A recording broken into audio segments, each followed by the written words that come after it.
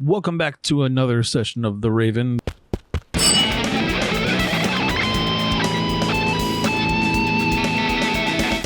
This one's very short because I had recorded a whole section. It didn't record the headshot, the floating head thing I like to do here, and it didn't record didn't record most of the session. So I'm just doing a quick overlay so you can see what I did, and no floating head.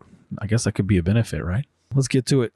So here what I did was this guy where he says, "Hey, are you okay?" I connected it with a balloon. In order to connect the balloons like this in CSP, the only way I know to do it is to have the balloons be on the same layer. So when you create this balloon and create that one, if you merge them together, you can connect them with like a rectangular balloon, which is what I did here. That way it looks like it's the same person talking. And then on this other side where it says, "Maybe the Raven got her, I'm sure she's fine." Okay, so you can see that you read, most people know left to right, top to bottom when it's American comics. So "Hey, are you okay? Maybe the Raven got her. Seriously, she could have fallen on her herself or something. I'm sure she's fine. She's probably just, trying to scare us. So she's not scared." I'm sure you can read that.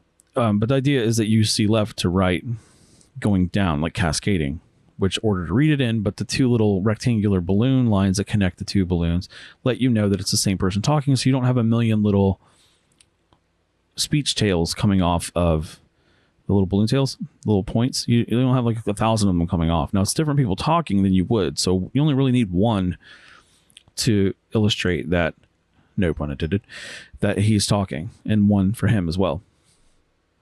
And you can do it like this, or you can do it this way with the way I did it down here. It's actually, the reason I didn't do it with the tail on the top here down is because it covers quite a bit of the artwork. If I do, there's quite a bit of it being covered anyway. So, but if I do, I could do like right here. It doesn't have to go straight to his mouth. It's pretty obvious that he's the one talking. And you can do the same thing with this one, but see, it's just lined up better there to me. So that's what I did. Very simple for this page. That's all. And so now page 8 is done. And it's also pretty obvious that he's saying it too, not only because it's connected, but because it's right next to him. And then you verify pretty quickly. If you just look, you can see that there's this little thing. But maybe the Raven got her, and then you go back over and you're like, oh, it's still him talking. That's the reason I have this little connected balloon thing with little rectangles, to let you know that who's talking, what order, and make sure that they're layered correctly.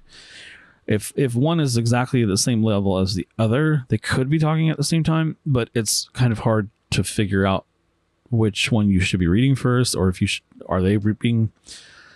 It's kind of hard to illustrate two people talking exactly at the same time, unless you want it to look like clatter and like lunchroom noise, in which case you could just write that as an annotation. You don't have to have a bunch of people talking at once. But however you want to do it, this is just my thought process. Keeps it from being too cluttered and easier to read, obviously, because of that. Anyway, that's it for this one. Thanks for hanging out. If you did, I've made it this far, I really appreciate it. Give that thumbs up, hit the subscribe button if you haven't, and yeah, I'll see you in the next one.